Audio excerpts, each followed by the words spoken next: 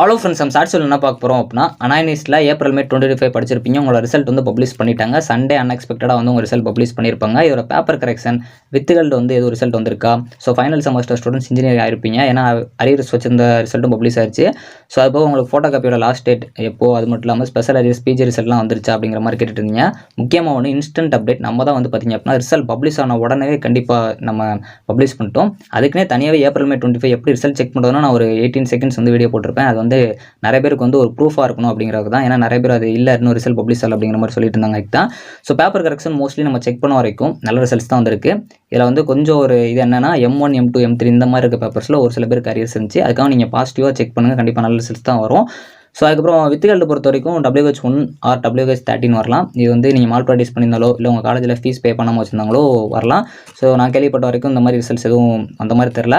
So final semester students clear பண்ணிட்டீங்க, நீங்கள் ஒரு engineers. So all the best, உங்களோட கெரியரில் இன்னும் வந்து நீங்கள் சக்ஸஸ் அடைவீங்க. ஸோ நம்மளால தான் வந்து 8 செமஸ்டர்ஸ்க்குள்ளே கிளியர் பண்ணணும் அப்படிங்கிற மாதிரி ஒரு சில ஸ்டூடெண்ட்ஸ் சொல்லியிருந்தீங்க. உங்கள் ஜூனியர்ஸ்க்கும் நம்ம சேனலில் கண்டிப்பாக ரெக்கமெண்ட் பண்ணுங்கள்.